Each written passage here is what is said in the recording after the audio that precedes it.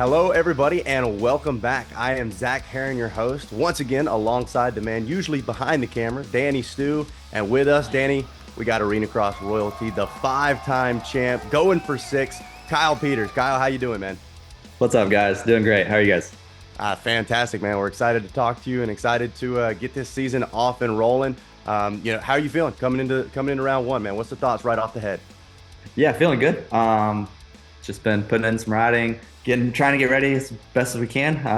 November 15th is coming quick, so we'll be ready.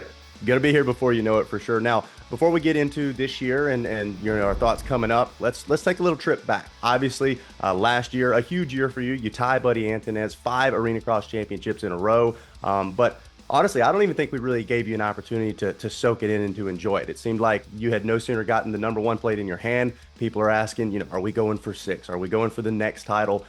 You've had some time, right? You've been able to soak it in. You've been able to look at that plate on the wall for a while now. Let's take a little trip back to last year, man. What's your thoughts overall on the season and some areas that kind of stick out to you about last year? Yeah, last year was great. I had some good and bad moments. I let some things get to me that I shouldn't have. Made some mistakes along the way, but looking back, able to learn from those, know kind of what to do now in those situations, and I let some things get the best of me. But overall, we kept on track and got the championship. So it was a learning year for sure, and going to take what we learned and apply it for this year. Now, as far as headed into this season, we got any big changes, any new personnel, anything like that headed into this year? Yeah, a few little changes, nothing major, but definitely got some new things in the works, and I'm excited about He's teasing us, Danny. You notice that? Kyle, if you don't mind me asking, I'd like to know. I heard that we might see Heath Harrison spinning wrenches for you. Is there any truth to that? That is, we have the Arena Cross champion himself, Heath Harrison, coming back. Pumped to have him back on the line with me. I had him there with me for 3 years. So kind of bringing it back. Stoked to have him with me. And yeah, it's gonna be a fun year. Now that'll be pretty cool too, because and if you remember, like some of the Arena Cross or the Inside Arena Cross episodes last year, Heath obviously was working in kind of a team manager point there for Phoenix Honda, but it sounds like he's got a little bit of a, I don't want to say a mental coach role, but he was definitely kind of giving you some words of encouragement, some advice and stuff like that. So it's not just a new guy spinning wrenches. He's really going to be in your corner for on and off the bike type stuff. Absolutely. Since I've been with Phoenix, Heath has been right there with me. It's great because he has the insight. He's been there, kind of done that as well. It's funny because Heath and I are the same age, but I think of Heath as being an older guy that I can kind of look up to and ask him questions like, "Hey, like, what do you think about this?" Or kind of look for his guidance a little bit in certain areas. But no, I'm very blessed to have him in our corner this year. Not so much as a team manager kind of role, but more of like my kind of guy. So yeah, really looking forward to that. I think we saw last year, and it's like with any championship fight when you're in that fight and it's week in and week out, and people see it on Friday nights last year. I know for you, it doesn't just end when you leave the arena that night. It's on your mind until you're there on the starting line again the next week. But surrounding yourself with the right people, keeping the mood right. When you mentioned earlier that you learned some things or you're going to do some things differently, is this one of the aspects of the race night that you wanted to focus on, or did this kind of just fall into place naturally? So this kind of just fell into place naturally.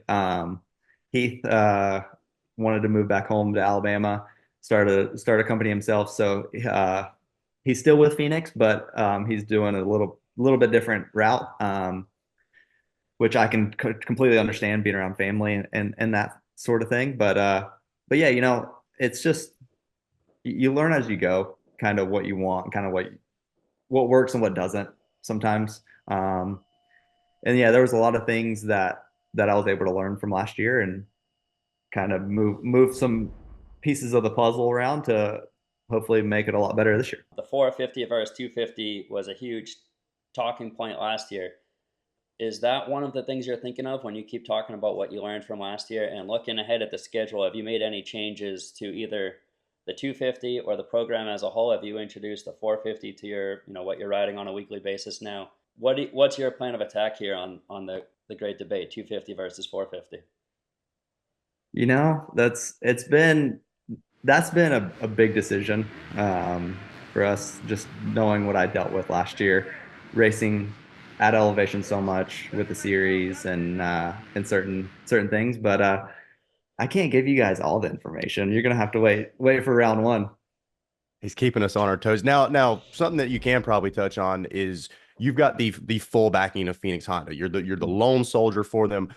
I think, there can be an argument made on both sides as far as that's advantageous or a little bit of a disadvantage as well. Obviously, at the end of the day, everybody shows up for one goal. That's for you to be successful. But it's also probably nice, not that necessarily team orders happen, but it's also probably nice having people on the same brand, the same team late in the season when you've got some tough competition.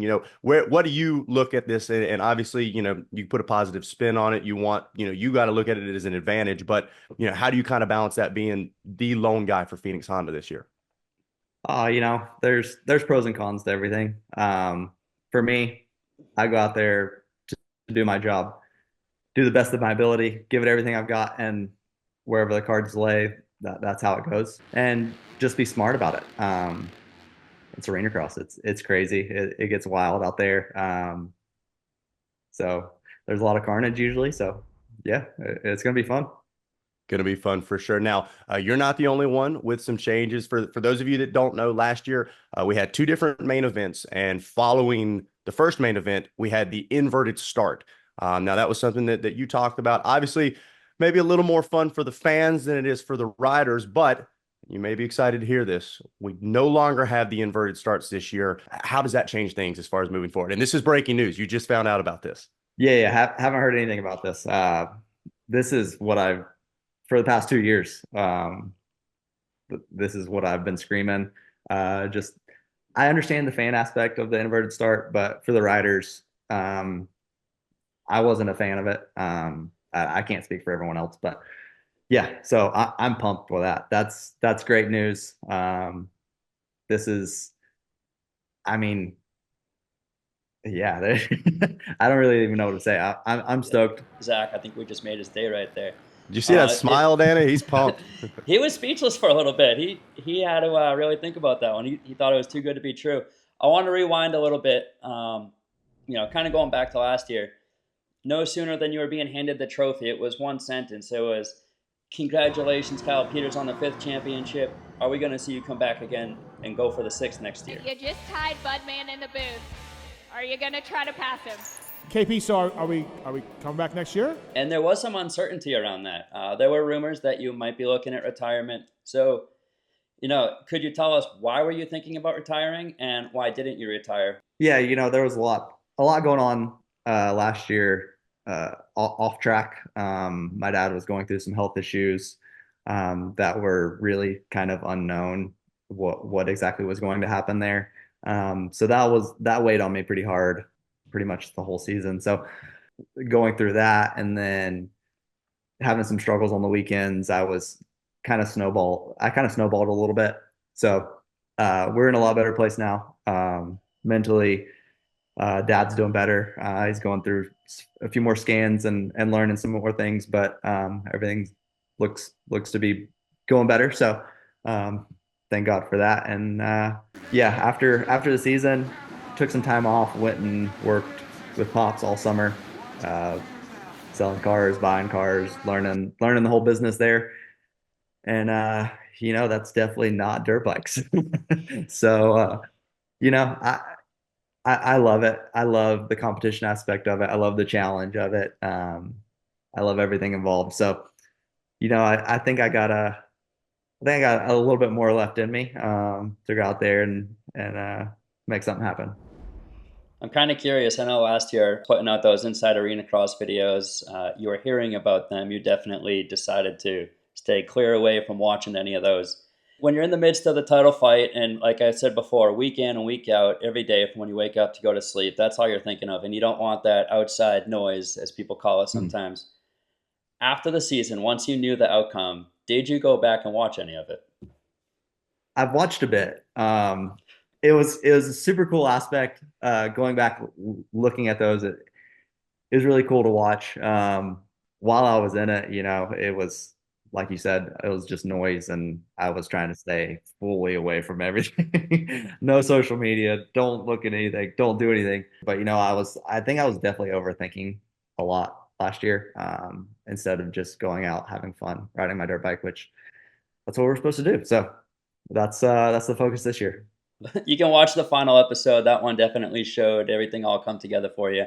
I can understand trying to watch through those middle few episodes, not really highlighting your best evenings on the season. But we've got a lot to look forward to this year, including some new riders added to the gate. We're hearing that Brees will be back. One other addition that I'm really excited about is Robbie Wageman. And Oh, cool. Zach, have you been hearing some rumors about Vince Freeze coming through? I mean, the rumor mill's always turning, right? We never know what's legitimate, what's not. But yeah, the name's definitely been thrown around. And Kyle, it's interesting. I'd be interested to get your perspective on this. Like you said, you're a guy that you like to get away from the noise. You don't buy into the hype, the rumors, everything like that. Is that go for the other riders as well? You're refreshed, you're rejuvenated. You know what you're capable of doing. I mean, five championships in a row. You clearly know how to get the job done. But when you hear about somebody like Wageman, obviously Brees coming back as well, you've got plenty of experience racing against him. And then the potential of somebody like Vince Freeze, where obviously, like you said, there's plenty of chaos in arena cross, and Vince doesn't shy away from it, which I think is a good thing. All of you guys, you've got to you Yeah. got to be aggressive from time to time. But does this change the mindset at all? Does the training change at all? Or is it just like, hey, bring whoever you want? Kyle Peters is showing up to get a job done. Yeah, like you said, doesn't matter who shows up, doesn't matter who comes. The more the merrier. You know, um, the training doesn't change, the mindset doesn't change. I'll be ready. I do the work in the off season. It'll show off during the season. So, you know, that's what we're here to do. Nothing changes. Whoever shows up. Cool. Go out there, do our best, and that's all we can do. Kyle, and a guy in your position, obviously you've got enough context to where you could send out a few texts and get answers pretty quick. So when you start hearing about any of this, do you hit anybody up and say, "Hey, is there any truth to this? Or is this really happening?" Or Just take it as it comes. If whoever shows up on Friday night, that's who shows up. It doesn't change anything. It doesn't change because so and so is coming. That I got to work harder. Just use it as fuel during the week and do the work.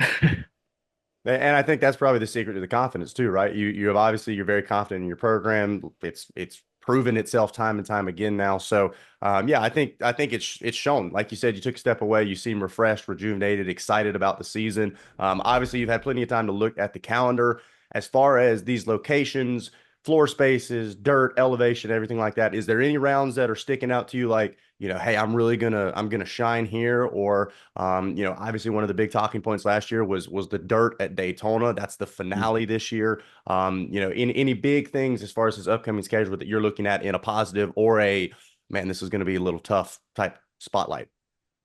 No, I mean all the races I think we've been to in the past. So we kind of know the dirt. We kind of know what to do with the bike as far as elevation and whatnot. So nothing really sticks out. Obviously, Daytona being the season finale, I'm sure the dirt will be the same. So last year we really went into that race unknown of what it was going to be, what the dirt was going to be, where they were getting it. So yeah, it was a big surprise showing up there last year, for especially the first race there. But now we know what to expect. Kind of how to prepare for it. So no real surprises. Just whatever they give us, we'll take it and run with it. Now, one of the big things as far as this upcoming season is the return of the double headers. Obviously, you race Friday night, you race Saturday night. As a rider, do you feel like that's kind of an advantage standpoint in the sense of, hey, I have a bad night on Friday, or even if I have a good night on Friday, but you're able to maybe tailor fit things a little bit better for the next day? Obviously, as far as for some of the privateers go, it's a little more bang for your buck, a little less driving, a little more racing. But for somebody in your standpoint where it's, hey, pretty much I think it's 5 double headers throughout the entire season, Is there any big changes that you guys are making between night one and night two at some of these rounds? Because like you said, you've probably got notes from years past, bike settings figured out, but is it going to really allow you guys to dial in the bike by those second main or the second night of main events? Um, you know, doubleheader or not to me doesn't really matter. And as far as like bike setup, I kind of have a base setting what I ride during the week. I don't really want to steer away from it depending on the track. Obviously, a few little things here and there, but nothing really changes, other than after the first night of racing, get to the hotel, get your food, get your nutrition right, make sure you get to bed, and wake up the next day and do it all over again. Well, we've got to talk about it. Obviously, 5 tied Buddy Antunez, but is it different this year at all chasing history as far as, to be the lone guy on top of the mountain, 6 championships in a row? I mean, go back to the first championship. If you were to tell that Kyle Peters, hey, you're about to go on a tear for the next half a decade and arguably be, the winningest arena cross rider. What is that like? And is there any added pressure? Is it just, hey, another day at the office? And how cool is it to be in this position to where, you're not tying anybody, you're all by yourself and for the potential to make history? So I think last year was probably I felt more pressure to tie Buddy. To me, this year is a lot less pressure. My mindset's a little bit different than last year. I'm going out just looking to have fun.